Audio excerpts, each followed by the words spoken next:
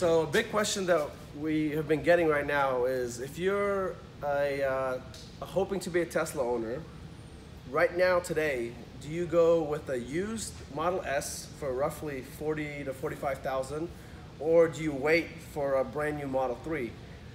So in this video, we want to cover that. We're going to interview our friend Matt and Ed, because Ed actually sold his Model S, a 60, and picked up a Model 3, and what are the reasons that you want to do that? So I hope you guys enjoyed the video.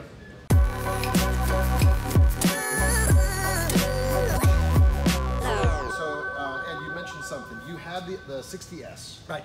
You sold the 60S and you kept the 3. Tell us. Well, I sold it to buy the 3. Okay, got it.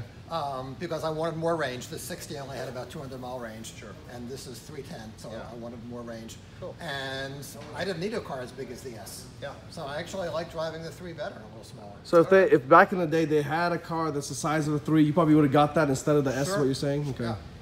And so, we were gonna talk about that. I think in something else you wanted to shoot is if you were, would you buy a 4-year-old Model S? Like for example, I've got a daughter who'll be 16 in 2 years. So do we hang on to our Model S? Do I get her a 3? You know, if you want the safest car on the planet for your family, I don't think personally I'll drive anything but Teslas as my daily driver ever, just because they're amazing. But you know, if you want to put a child, a family member into it, what's the better option? So you know, you obviously got a longer range, and how do you feel the driving differences? Does it feel more bulky in the S? It feels bigger and bulky in the S. It feels more nimble in the 3. I feel the same way. Yeah.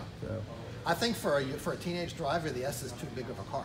I agree. I find that it's really easy, and I mentioned it before, the visibility is amazing. Like you can almost see to the road right in front of you, so parking should be easier. And then the other piece is, because you have plastic and steel, if a new driver is going to ding into things, parking or anything, that's it's a going really to be good a lot point. cheaper. In my estimation, it's got to be, if you talk to a person that does auto body work, cheaper to work on something that's metal and plastic versus aluminum, which is really finicky, hard to do the paintless dent removal, or harder, more expensive to work on. So yeah, anyway. So let me get a poll of you two, and then we're gonna ask our users to comment below.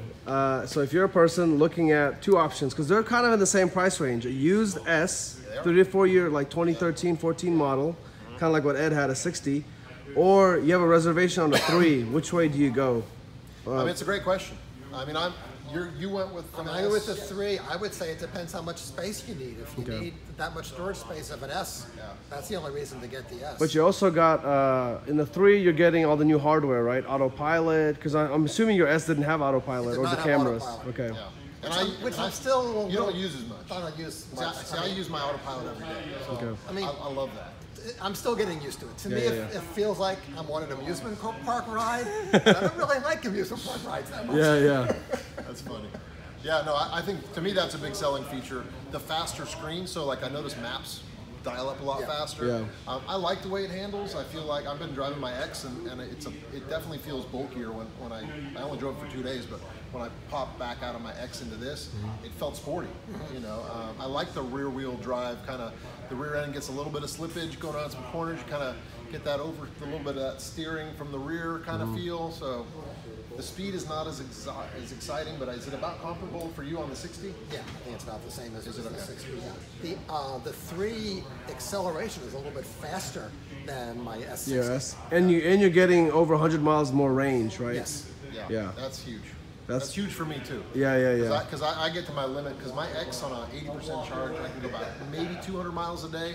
But with this, I'm anticipating being able to go at least 250, 260 minimum at 80% charge, which is a lot. I mean, that means having to stop the charge or not, potentially.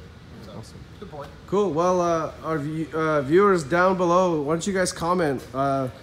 Used Model S or a new Model 3? Which way you guys want to go?